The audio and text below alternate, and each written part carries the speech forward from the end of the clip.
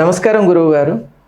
అసలు వాస్తు అనగానే మన అందరిలో కూడా ఒక రకమైన భయం ఏర్పడుతుంది. ఎందువల్ల అంటే వాస్తు ప్రకారం మనం ఏదైనా నివారణ చేసుకోవాలి అంటే పడగొట్టడం ఒకటే మార్గమా అనేటువంటి సందేహం కూడా కలుగుతోంది.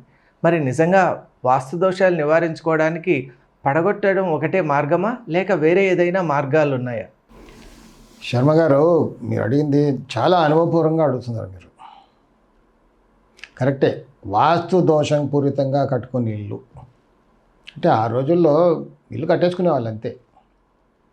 ఒక 20-30 ఇయర్స్ బ్యాక్ వాస్తు ఎక్కడ ఉండిందండి? అసలు అవేర్నెస్ లేదు. నేను ఎక్కడైతే పుట్టానో ఆ ఇల్లు తలుచుకుంటే నాకు కూడా దడ కొడుతుంది ఒకసారి. అంత దోషపూరితంగా ఉండింది. ఉన్నాం కదా, బతికాం కదా. ఊరికే వాస్తు దోషం ఉంది అని చూడగానే మనం అదిరిపోయే అవసరం లేదండి. కొంచెం కష్టాలు ఉంటాయి. రోజు ఒక్కలాగా ఉండదు కదండి. ఒక వారం రోజులు వెయిట్కి ఒకటేలాగా ఉంటుందా? అప్స్ అండ్ డౌన్స్ అంటూ ఉంటాయి. కానీ ఒక వాస్తు శాస్త్రం అంటూ ఒకటి అవేర్నెస్లోకి వచ్చింది కాబట్టి ఇప్పుడు చిన్న చిన్నగా అందరికి తెలిసి వచ్చింది. ఇప్పుడు అందరూ పాటిస్తున్నారు ఇప్పుడు. కానీ ఇంట్లో వాస్తు దోషం ఉంది, దాన్ని సవరించాలి అంటే ఉదాహరణకి ఇప్పుడు మన గుమ్మం ఉందనుకోండి, ఉత్తరంలో రోడ్డు ఉంది, ఉత్తర ఫేసింగ్ ఇల్లు. మన ఇంట్లోకి రావడానికి ఒక మెయిన్ డోర్ అంటూ ఉంటుంది కదా, సింహద్వారం అనొచ్చు, ఏమైనా అనొచ్చు. దాన్ని ఉత్తరంలో ఉండాలి. సరే, ఉత్తరం ఎలా ఉంటుంది? ఎక్కడో ఒక ద్వారం పెడతాం, అది ఉత్తర ద్వారం. కానీ ఉత్తరంలో 3 స్థలాలు ఉంటాయి. ఉత్తరం, మధ్యం, ఉత్తర ఈశాన్యం, ఉత్తర వాయవ్యం. ఆ లెంత్లో ఇలా 3 ఉంటాయి. ప్రతి దిక్కు కూడా ఉంటాయి ఇలా. తూర్పు వైపు తూర్పు ఈశాన్యం, తూర్పు తూర్పాగ్నేయం. దక్షిణం వైపు దక్షిణాగ్నేయం, దక్షిణం దక్షిణ నైరుతి. పశ్చిమం వైపు పశ్చిమ నైరుతి, పశ్చిమం పశ్చిమ వాయువు. ఇలా. సో ఉదాహరణకి ఏమన్నాను, ఉత్తరం అన్నాను కాబట్టి ఉత్తరంలో డోర్ ఉందనుకోండి, ఉత్తరం మధ్యలో ద్వారం ఉంటే పర్లేదు, మధ్యస్థానం. రిజల్ట్స్ కూడా అలాగే ఉంటాయి. ఆ రోజుల్లో అన్నీ కూడా మధ్య ద్వారాలు పెట్టేవాళ్ళు.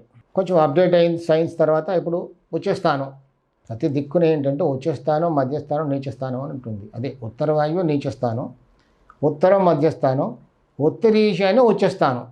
ద్వారం మనం అనుకోకుండా ఎక్కడో ఫిక్స్ చేసాం, అది ఉత్తర వాయువ్యంలో ద్వారం ఉందనుకోండి. వాస్తులు ఎన్నో దోషాలు ఉంటాయి, నేను ఎగ్జాంపుల్గా చెప్తున్నాను. ఇప్పుడు ఉత్తర వాయువ్యంలో ద్వారం ఉండి ఆ ఇంట్లోకి వస్తున్నాం, వెళ్తున్నాం, ఆ ద్వారం కూడా నడవడం, దానివల్ల ఇంట్లో అన్నీ కూడా నానా కష్టాలతో ఇబ్బంది పడుతుంటారు. అంటే డబ్బు రాదు, ముఖ్యంగా డబ్బు రాదు. అప్పుల్లోకి పోతుంటారు, చిన్నగా చిన్నగా చిన్నగా అప్పుల్లోకి మనిషి మారి స్పిరిచువల్గా అయిపోతుంటారు. కొంతమంది ఏమో ఆల్కహాలిక్గా కూడా మారిపోతుంటారు. అసలు ఏమి పని చేయరు, బాగా తెలివిపరులుగా ఉంటారు, సరస్వతి పుత్రులుగా ఉంటారు, కానీ పని చేత కాదు, బాగా అప్పుల్లోకి పోతారు. ఆడవాళ్ళు పెళ్ళిళ్ళు కావడం కష్టం, ఇంకా అన్ని చీకాకులే ఇంట్లో అంతా కూడా. ఇప్పుడు ఆ ద్వారం మార్చాలి అన్నప్పుడు ఆ ద్వారం తీసి ఇంకో దగ్గర పెట్టాలి కదా. అంటే కొన్ని ఇళ్ళకి ఏంటంటే సర్జరీ అవసరం ఉంటుంది. మన బాడీలో ఎక్కడో ఏదో అయిందనుకోండి, కొన్నిసార్లు మందులతో తగ్గిపోద్ది, కొన్నిసార్లు సర్జరీ అంటూ అవసరం ఉంటుంది. అదే పడగొట్టాలి, తప్పదు. ఆ ద్వారాన్ని అక్కడ తీసేసి ఇంక మధ్యస్థానమో లేకపోతే ఉచ్చస్థానంలో పెట్టుకుంటే అప్పుడు మంచి రిజల్ట్స్ అంటూ స్టార్ట్ అవుతాయి.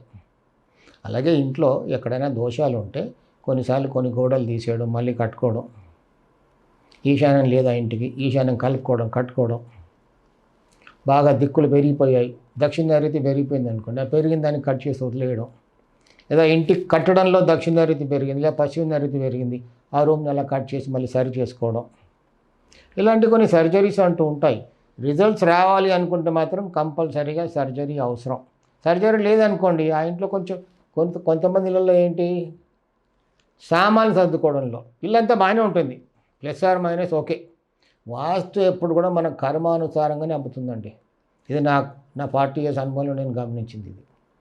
సో ఇంట్లో ప్లస్ ఆర్ మైనస్గా ఉందనుకోండి, అన్నీ బాగానే ఉన్నాయి. కాకపోతే మనం ఇంట్లో సామాన్లు సర్దుకోవడంలో ఎక్కడైతే పెట్టొద్దో అక్కడ పెట్టేయడం, ఉత్తరంలో బరువైన సామాన్లు పెట్టేయడం, పశ్చిమంలో ఖాళీగా వదిలేయడం, దక్షిణంలో ఖాళీగా వదిలేయడం, నైరుతి రూమ్ని ఖాళీగా వదిలేయడం, దక్షిణ ఆగ్నేయంలో కప్పేయడం, ఇలాంటి ఈశాన్యంలో బరువులు పెట్టడం, ఇలాంటివి చేస్తే కూడా అప్పుడు ఏంటి, అక్కడ చిన్నగా మన సామాన్లన్నీ కరెక్ట్గా సర్దుకుంటే రిజల్ట్స్ వచ్చేస్తాయి.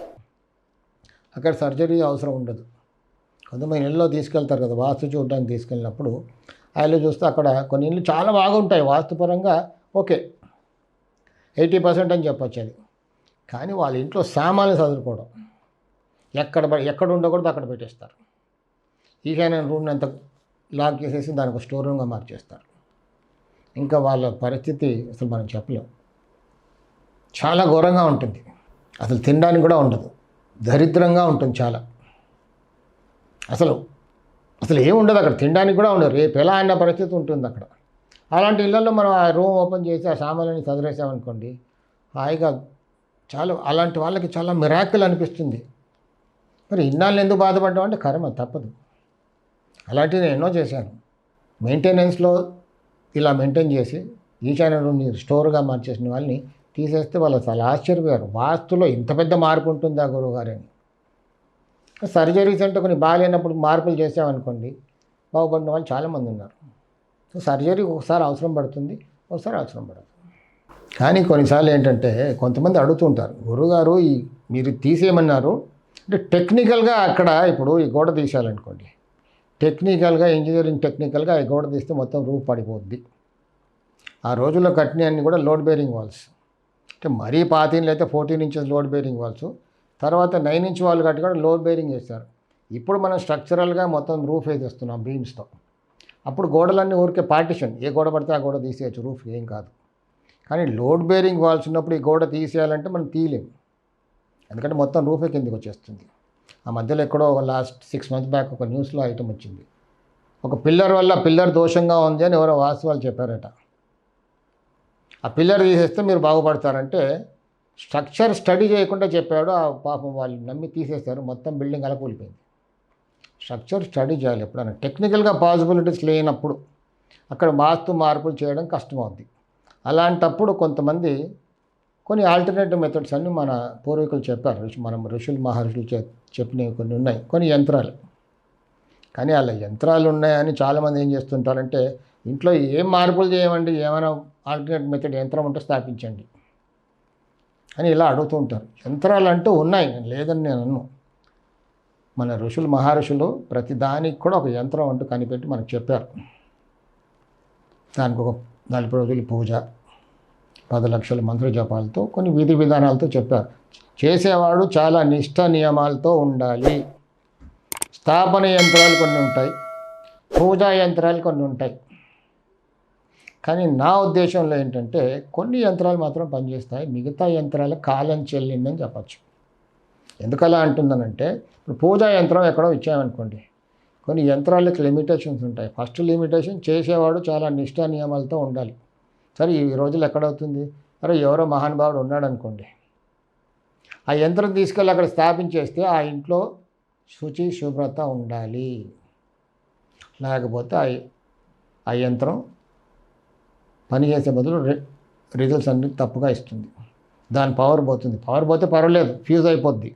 అది ఫ్యూజ్ అవ్వదండి, నెగిటివ్ రిజల్ట్స్ ఇవ్వడం మొదలు పెడుతుంది, ఇంకా పెరిగిపోతాయి కష్టాలన్నీ కూడా.